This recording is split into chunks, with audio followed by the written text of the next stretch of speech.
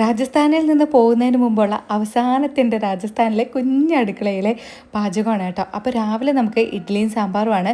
കുറച്ച് കഴിക്കണം, കുറച്ച് കൊണ്ടുപോകണം. പിന്നെ ഇവിടെ ചേട്ടൻ നിൽക്കുന്നതുകൊണ്ട് ചേട്ടൻ ഒരാഴ്ചത്തേക്കുള്ള മാവൊക്കെ ഞാൻ അരച്ച് വെച്ചിട്ടുണ്ടായിരുന്നു. പിന്നെ സാമ്പാർ വെക്കുമ്പോൾ ഇച്ചിരി കൂടുതൽ വെക്കുന്നുണ്ട്. ഏകദേശം ഒരു 4-5 ദിവസത്തേക്ക് ചെയ്യേണ്ട പിന്നെ എടുക്കാം.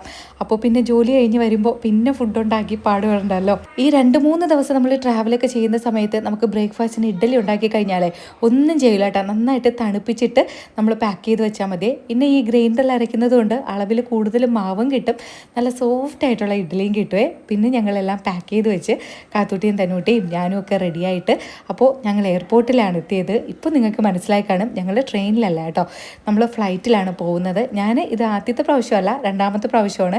തന്നൂട്ടിയൊക്കെ കുഞ്ഞായിരുന്ന സമയത്ത് ഒരു പ്രാവശ്യം പോയിട്ടുണ്ടായിരുന്നു കേട്ടോ. അന്ന് എനിക്കൊരു കുന്തം അറിഞ്ഞൂടാ. ഞാൻ തന്നൂട്ടി എടുത്ത് കാത്തൂട്ടി ഒരു സൈഡിൽ ആരെടുത്തോ ചോദിച്ചോ പറഞ്ഞൊക്കെ അങ്ങ് പോയി.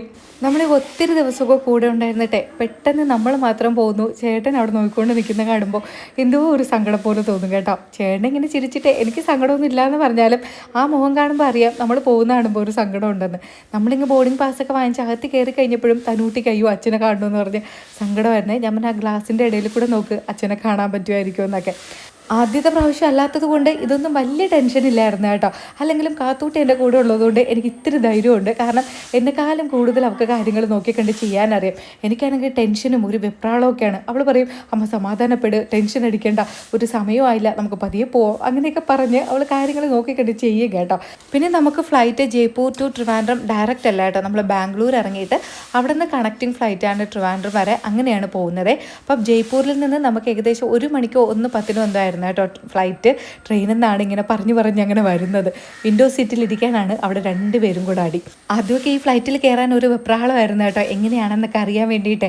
ഇപ്പോഴാണെങ്കിൽ സത്യം പറയാമല്ലോ, അന്നത്തെ ഫ്ലൈറ്റ് ക്ലാഷിന് ശേഷം ഇതിങ്ങനെ പറന്ന് പൊങ്ങുമ്പോഴും താഴെ വന്ന് ഇടിച്ച് നിൽക്കുമ്പോഴും നെഞ്ചിനകത്തൊരു വല്ലാത്ത പേടിയാണ് കേട്ടോ. കുറേ സമയമൊക്കെ കാഴ്ചകളും കണ്ടിരുന്നു, പിന്നെ മൊത്തം മേഘം മാത്രം. പിന്നെ ബോറടിച്ചപ്പോൾ ഞങ്ങൾ 3 പേരും സുഖമായിട്ട് കിടന്നുറങ്ങി. കണ്ണ് തുറന്നപ്പോൾ ഏകദേശം 3:30 ബാംഗ്ലൂർ എയർപോർട്ടും എത്തി. ബാംഗ്ലൂരിൽ നിന്ന് നമുക്ക് 5 മണിക്കോ 5:30 എന്തായിരുന്നു കേട്ടോ ട്രിവാൻഡ്രത്തുള്ള ഫ്ലൈറ്റ്. ബാംഗ്ലൂർ ഇറങ്ങി അവിടെയാണെങ്കിൽ വലിയ എയർപോർട്ടല്ലേ, അപ്പോൾ നമ്മൾ കുറച്ച് നടന്ന് കാര്യങ്ങളൊക്കെ കണ്ടുപിടിച്ച് എത്തിയപ്പോഴത്തേക്കും ഏകദേശം ഒരു 4:30 അപ്പോൾ പിന്നെ ഫ്ലൈറ്റിനുള്ള ടൈമും ആയി. അപ്പോൾ ഫ്ലൈറ്റിൽ കയറി ഏകദേശം കറക്റ്റ് 1 മണിക്കൂറായപ്പോൾ നമ്മൾ ട്രിവാൻഡ്രത്ത് എത്തിയേ. ഏകദേശം ഒരു 6:30 ആവാറായപ്പോൾ സൂര്യനൊക്കെ അസ്തമിക്കാനുള്ള സമയമായി. നല്ല ഭംഗിയുണ്ടായിരുന്നു കേട്ടോ കാണാനായിട്ട്. നമുക്കല്ലെങ്കിലും ഇല്ലേ, നമ്മുടെ നാടെത്തുമ്പോൾ നമുക്കൊരു സന്തോഷമാണ്, ഓ നമ്മുടെ സ്ഥലം എത്തിയല്ലോ, ഇനി ഒന്നും പേടിക്കാനില്ല എന്ന്. അപ്പോൾ അങ്ങനെ നമ്മൾ നാട്ടിലെത്തി.